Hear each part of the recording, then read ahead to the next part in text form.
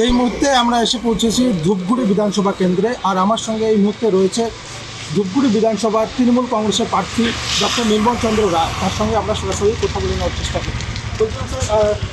আপনি 2.5 বছর উপনির্বাচনে বিধায়ক ছিলেন, তো ধূপগুড়ির জন্য সর্বপ্রথম আপনি প্রতিশ্রুতি দিয়ে কী কী কাজ সম্পন্ন করতে পেরেছেন?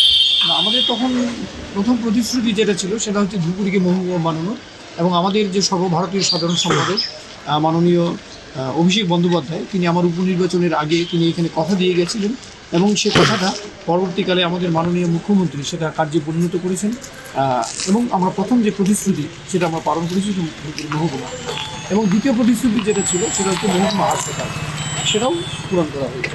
বলছিলাম আজকে আপনি আবার মনোনয়নপত্র জমা দিলেন, তো আজকের মিছিল দেখে এবং আপনার সমর্থন দেখে কী মনে হচ্ছে, কী আশা রাখছেন?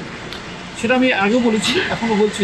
আজকে আমাদের যে ফার্স্ট বোলিংটা হলো, যে দুর্ধর্ষ বোলিং হয়েছে, তাতে বিরোধীরা এবং একজনই বিরোধী পক্ষ আছে যাদের সাথে আমাদের ফাইটটা, তারা বোল্ড আউট করেছে।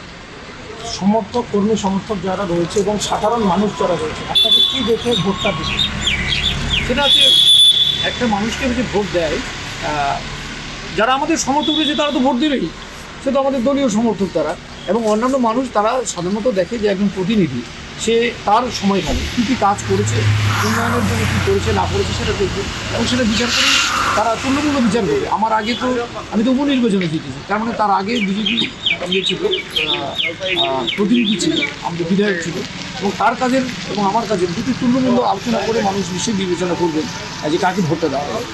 বলছিলাম যে আজকের মনোনয়নপত্র জমা দিয়েছে, আপনার যদি জয়ী হয় তারপরে প্রথম 6 মাসের মধ্যে কী পরিকল্পনা রয়েছে? ধূপগুড়ির জন্য প্রথম যেটা হচ্ছে সেটা হচ্ছে যেগুলো অসম্পূর্ণ কাজ রয়েছে, যেমন পরিকাঠামোগত মহকুমার অনেক আরও পরিকাঠামো তৈরি করতে হয়, হাসপাতালের পরিকাঠামো আরও ডেভেলপ করতে হয়, এবং এর সাথে আমাদের এটা নদী ভাঙ্গন মানে এলাকা আর কি, সেগুলো নদী বাঁধ টাত এগুলো সম্পর্কে ডেভেলপমেন্টের কাজ করতে হবে। স্বাস্থ্য এবং শিক্ষা নিয়ে কী কী পরিকল্পনা? স্বাস্থ্য তো মোটামুটি আমাদের এখানে যেটা হয়ে গেছে, মহকুমা হাসপাতাল হয়ে গেছে, তার পরিকাঠামোগত উন্নয়নের জন্য কাজ চলছে। একটা আমাদের 5G+5 বিল্ডিংয়ের কাজ চলছে। আমাদের অনেক ডাক্তারবাবুরা এসছেন, নার্সরা এসছেন, কম্পাউন্ডার এসছেন, এবং আমার বিধানসভা এলাকায় যেখানে বানারহাটে সেখানে গ্রামীণ হাসপাতাল তৈরি হচ্ছে, অনেক কিছু মানে তৈরি হচ্ছে আর কি।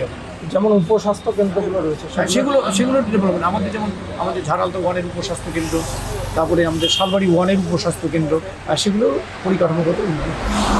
যুবকদের জন্য আপনি কি কিছু পরিকল্পনা করবেন? না, আমাদের সরকার সেটা সামগ্রিকভাবে যেমন যুবসাথী করেছে, আমাদের সরকার সামগ্রিকভাবে যুবদের উন্নয়নের জন্য বা তাদের সুবিধার জন্য অনেক কিছু স্কিম নিয়েছেন, সেটা সামগ্রিক একটা মানে পলিসির মধ্যে পড়ে।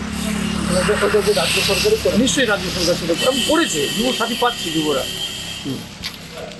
এর পরবর্তীতে যে সমস্ত কাজ এখনো অসম্পূর্ণ রয়েছে, আপনি জয়ী হলে সেগুলো কি সম্পূর্ণ করবেন? অবশ্যই চেষ্টা করবো সেগুলো সম্পূর্ণ করার। কাজেই তো হলো একজন প্রতিনিধি, মানে তার কাজেই হলো পরিকাঠামোতে উন্নয়ন করা এবং তার বিধানসভার এলাকার কী কী ডেভেলপমেন্টের কাজ করা যায় সেগুলো কাজেই করতে হবে। তো এখন কি আশা রাখছেন, মানে কী ধরনের জেতার ক্ষেত্রে কতটা? জেতার ক্ষেত্রে তো আমরা 10-10 আমরা আশা রাখছি আর কি। এবং আগেই বললাম যে আজকের আমাদের যা স্বতঃস্ফূর্ত হয়ে যা মিছিল হয়েছে, তাতে আমরা ফার্স্ট বোলিংয়ে আমরা বিরোধীকে আমরা ভোট আউট করে দিয়েছি।